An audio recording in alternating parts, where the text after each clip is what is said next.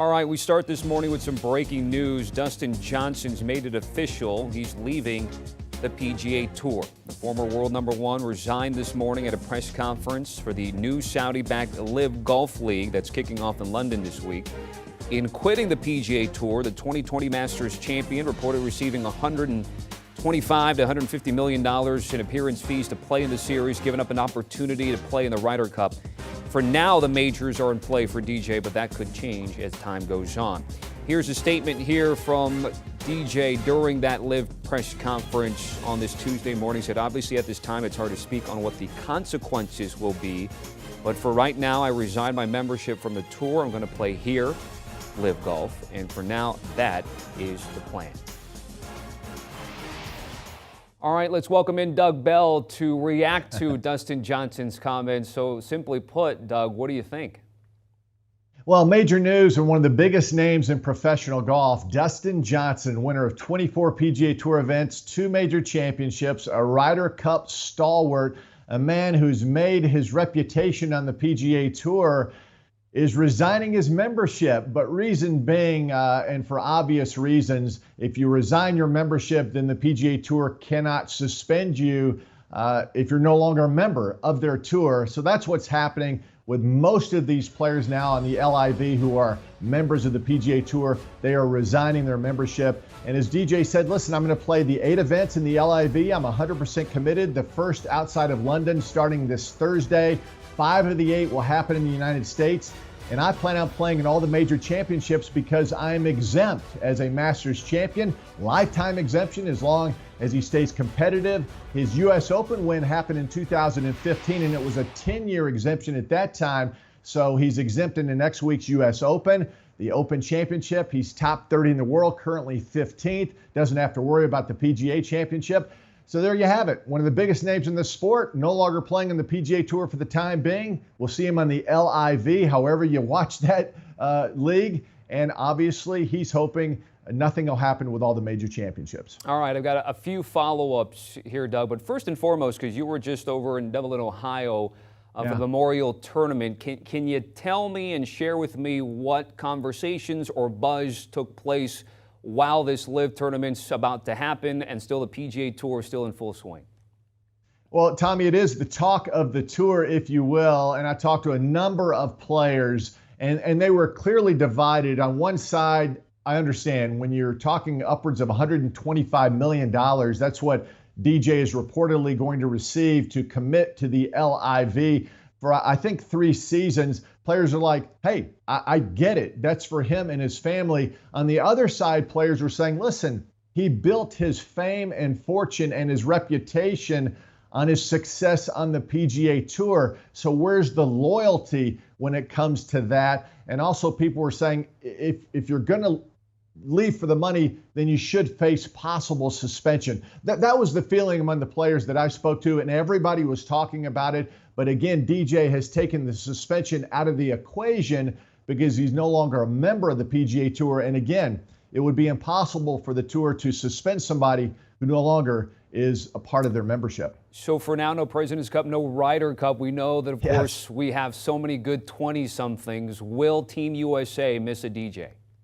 Oh, I don't think there's any question. At Whistling Straits back in September, remember, Tommy, he was 5-0. Now, the entire team played brilliantly, but for Dustin Johnson, he got caught up in that fervor, the patriotism, the fact that you're playing in this unique event that happens once every 2 years. You're playing with the best players in the game against the best players in Europe. It's a special moment, so I think that does sting for him. He hopes someday to maybe get back. He hopes things work out, and how things evolve, it happens on a daily basis, and something will obviously happen and transpire as these players resign their membership and the LIV gets going. But for now, you're right.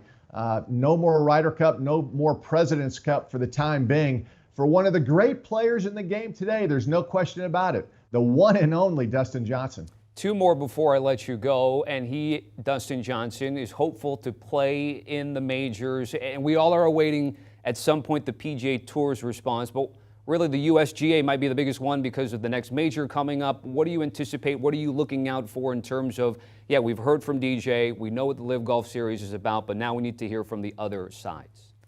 Well, there is silence on the part of those other organizations, the USGA, the RNA, the Masters, and the PGA of America. I think they're just waiting to see how things shake out. But again, the United States Open and the Open Championship are open. They're open to anybody who qualifies for their event. It doesn't have anything to do with PGA Tour membership.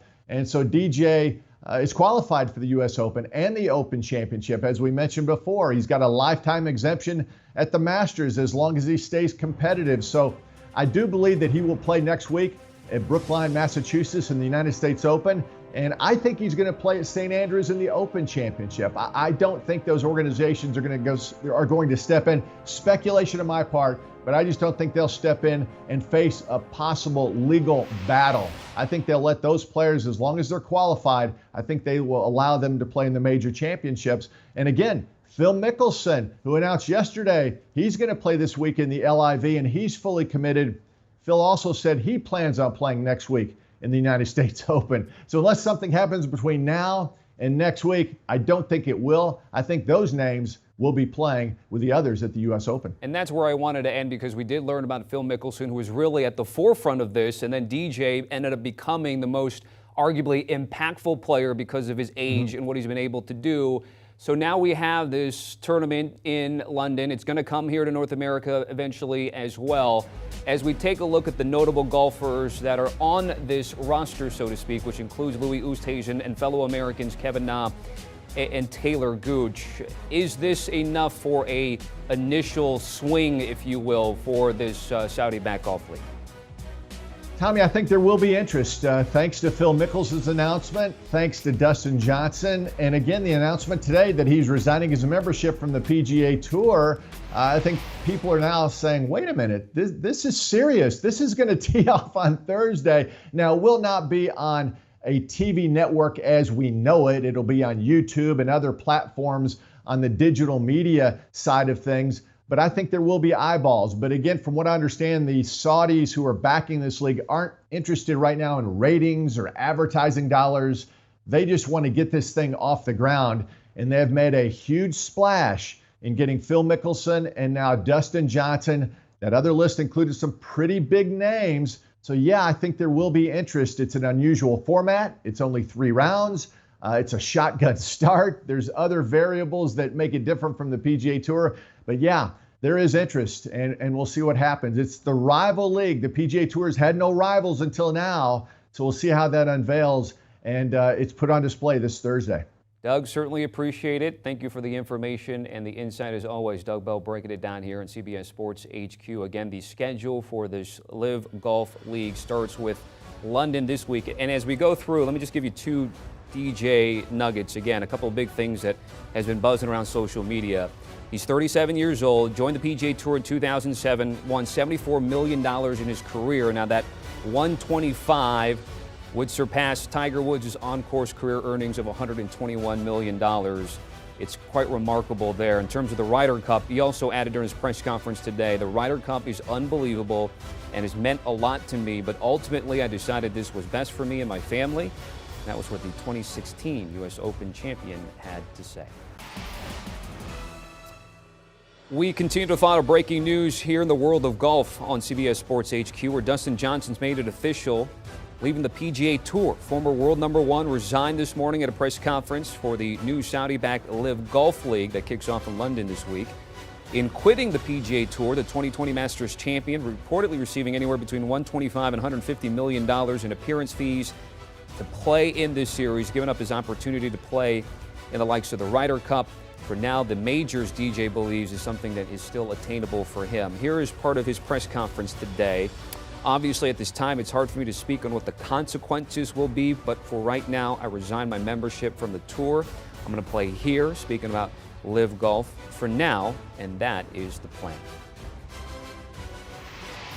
All right, let's bring in Mark Immelman now, who, much like Doug Bell, on the PGA Tour First Cut podcast, joining us here on CBS Sports HQ. So, Mark, this is the talk of the town, the news that is breaking here today on this Tuesday morning. What's your reaction to Dustin Johnson's press conference?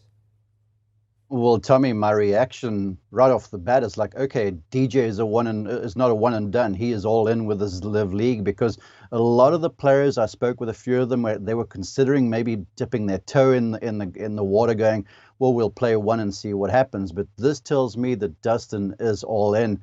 It was all the talk last week at the Memorial, where folks were talking about the Thursday deadline. When the balls were teed up, that's when the going sort of happened, if you will. And before then, all the conjecture and stuff was just that. So now Dustin's like, I'm with the LIV League.